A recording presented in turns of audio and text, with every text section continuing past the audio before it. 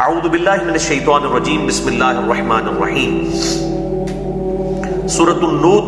آیت نمبر 11 ان الذین جاءوا بالافک، بے شک وہ لوگ جو کہ لے کر آئے الزام، جھوٹی تہمت کے ساتھ آئے،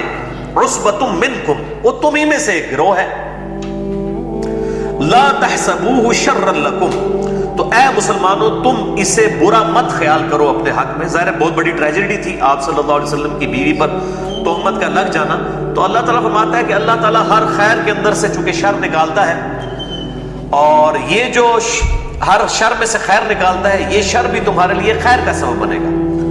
تو یہ اللہ تعالیٰ کی سنت ہے، خیر میں سے شر کو نکالنا، شر میں سے خیر کو نکالنا۔ تو یہ شر بظاہر مسلمانوں کے لیے شر تھا، لیکن اللہ تعالیٰ نے اس کو خیر بنا دیا مسلمانوں کے لیے، کہ ظاہر اللہ تعالیٰ نے نبی صلی اللہ علیہ وسلم کی بیوی کی برات میں آیات بھی نازل فرمائی، اور منافقین کا کردار بھی کھل کر سامنے آ گیا، اور ساتھ ہی ساتھ مسلمانوں کو یہ بھی بات پتہ چل گئی کہ سنی سنائی بات کو بغیر تحقیق کے آگے بیان نہیں کرنا چاہیے، بغیر گواہوں کی موجودگی کے۔ لا تحسبوہ شرا لکم، تم مت گمان کرو کہ اس کے اندر تمہارے لیے کوئی شر ہے، بل ہوا خیر لکم، بلکہ اس میں تمہارے لیے خیر ہے۔ لکل امرئ منہم ما اکتسب من الاثم، اور اس میں سے ہر شخص کے لیے جس نے جتنا حصہ ڈالا اس گناہ میں، سیدہ عائشہ پر تہمت لگانے والے اس گناہ میں، اس کے لیے اتنا وبال ہے۔ والذی تولی کبرہ منہم لہ عذاب عظیم، اور جو ان میں سب سے بڑا ہے، جو ان کا لیڈر ہے، یعنی عبداللہ ابن ابی، جس کے بارے میں بخاری اور مسلم میں آتا ہے کہ یہ اس سے مراد عبداللہ ابن ابی ہے،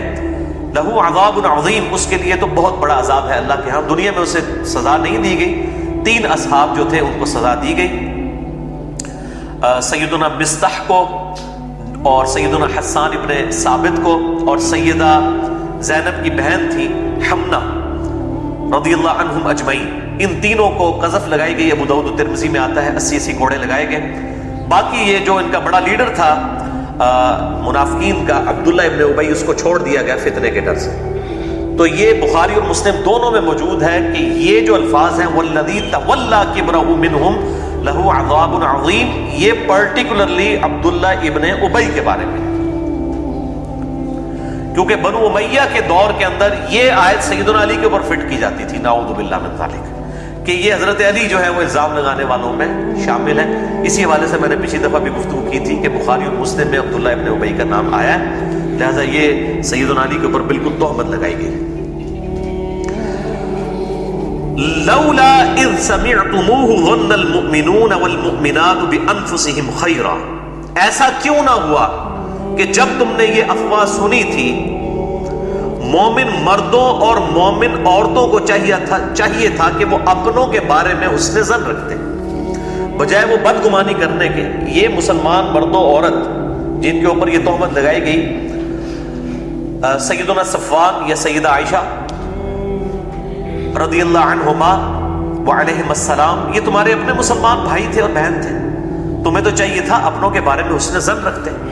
وقالوا ھذا افک مبین، اور تمہیں تو یہ کہنا چاہیے تھا یہ تو کھلا الزام اور بہتان ہے جو لگایا گیا ہے ان شریف لوگوں کے اوپر۔ لولا جاءوا علیہ باربعۃ شہداء،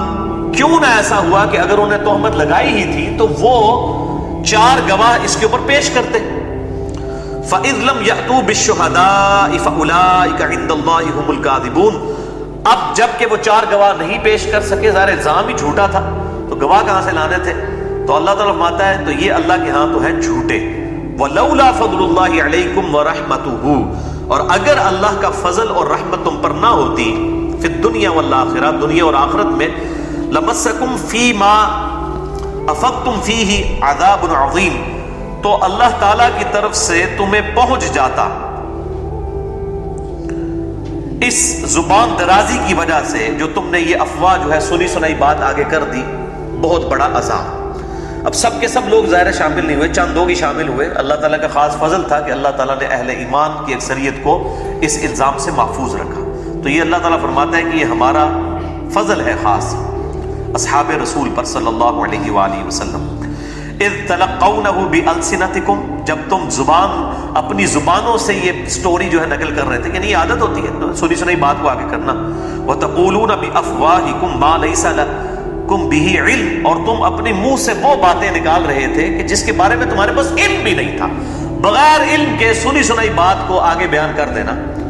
جو صحیح مسلم میں حدیث ہے، بخاری میں موجود ہے کہ کسی شخص کے جھوٹا ہونے کے لیے یہی کافی ہے کہ وہ ہر سنی سنائی بات کو بغیر تحقیق کے آگے بیان کر دے. تو صحیح مسلم کے مقدمے میں یہ حدیث موجود ہے. وَتَحْسَبُونَهُ هَيِّنًا، اور تم نے اس کو بڑا معمولی سمجھا کہ نبی کی بیوی کے بارے میں گفتگو، اور تم زبان کے چسکے کے لیے آگے باتیں بیان کرتے چلے جا رہے ہو، اور تم سمجھ رہے ہو کہ خیر ہے، بات کر بھی لی تو کیا ہوا، ہم نے کون سا جو ہے وہ اس کے الزام لگا دیا ہے، صرف سنی سنائی بات کو سنا ہے جی ہم نے تو سنا ہے ایسے، اور اس طریقے سے بات آگے بیان کر دی.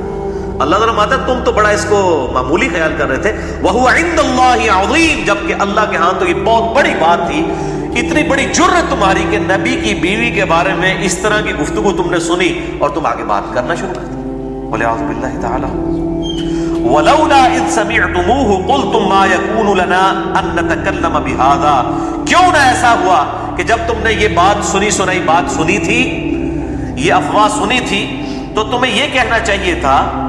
کہ ہمیں یہ چیز جو ہے زیب نہیں دیتی کہ ہم اس کے اوپر کوئی کلام کریں.